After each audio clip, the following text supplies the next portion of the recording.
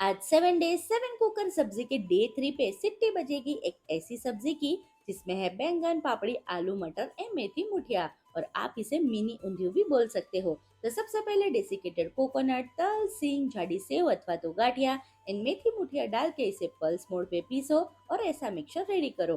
Then अदरक, मिर्ची, हरे लहसुन को चॉपर में डालो और हरी भरी पेस्ट बना लो। ना कुकर में ढोड़ो तेल, थोड़े खड़े मसाले, राई, जीरा, हींग, हल्दी, कश्मीरी मिर्च, पीसा हुआ हरा मसाला एंड लहसुन की चटनी डाल के 4 घर સુધી વઘાર की सुगंध આવે ऐसा तड़का लगाओ। પછી નાખો ખમણેલા टमाटा, धाना, जीरू, लाल मिर्च, गरम मसाला, गोड़ અને गाठिया का पीसा हुआ मिक्सचर डाल के इसे अच्छे से मिला के थोड़ा खदबदाएंगे और तेल छूटा पाड़ेंगे।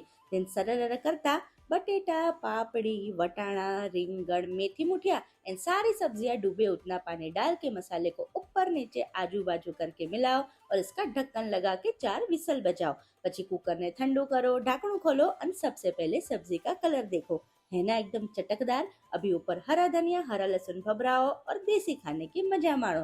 तो इस सब्जी को जरूर से बनाइए, सभी को खिलाइए और इसी नत नवी रेसिपी के लिए फॉलो करते जाइए। આવજો।